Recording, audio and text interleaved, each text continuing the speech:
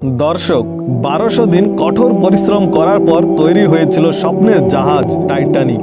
কিন্তু এত পরিশ্রমের পরেও সেই টাইটানিক জাহাজটি মাত্র 2 ঘন্টার মধ্যে কেন ও কি করে ডুবে গেল? 10 এপ্রিল 1912 সালে টাইটানিক তার প্রথম যাত্রা শুরু করে বিশ্ব রেকর্ড বানানোর জন্য। ওই দিনে আটলান্টিক সাগর ছিল নিস্তব্ধ, স্নিগ্ধ এবং খুবই শান্ত। জাহাজে যাত্রা করার জন্য উপস্থিত ছিলেন 1500 যাত্রী এবং জাহাজটি দেখার জন্য জাহাজের ডকে উপস্থিত ছিলেন লক্ষ লক্ষ মানুষ।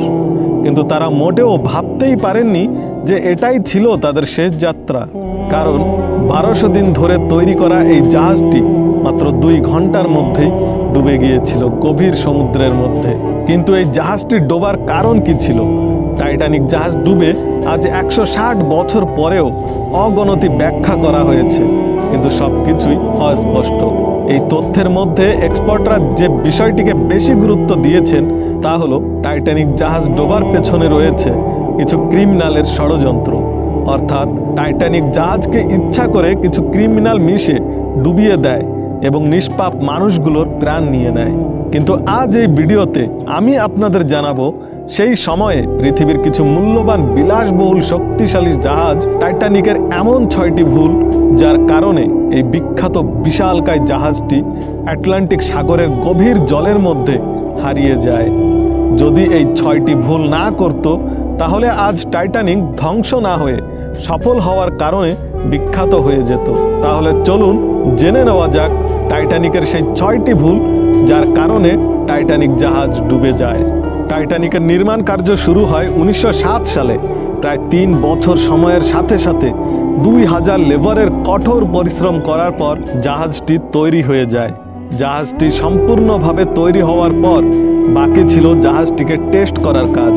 কিন্তু জাহাজের কোম্পানি তখন আত্মবিশ্বাসের সাথে গর্ব করে যখন জাহাজটি ভালোভাবে টেস্ট পাস করে। টেস্টের রেজাল্ট আসার পর গোটা বিশ্বে সংবাদের মাধ্যমে মার্কেটিং শুরু হয়ে যায়, যার হেডিং ছিল আনসিঙ্কেবল টাইটানিক, অর্থাৎ কোনোদিনও না ডোবা জাহাজ টাইটানিক।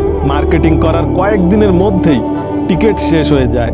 এই লাক্সারি জাহাজটিতে যাত্রা করার জন্য মানুষের মধ্যে এতই উৎসাহ ছিল যে টিকিটগুলি ব্ল্যাকে বেচতে হয়েছিল।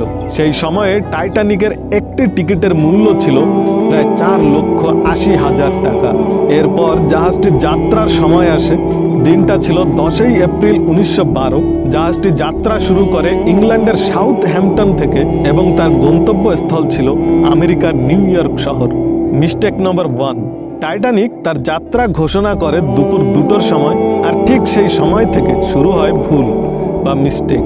টাইটানিকের ক্যাপ্টেন, যিনি ছিলেন ক্যাপ্টেন স্মিথ, যিনি ঘোষণা করেন আমাদের 7 দিনের মধ্যেই নিউ ইয়র্কে পৌঁছতে হবে। কম সময়ের মধ্যে আটলান্টিক সাগর পাড়ি দিয়ে রেকর্ড বানানোর ভূত তার মাথায় চাপে, আর সে জাহাজের গতি বাড়িয়ে দেয়।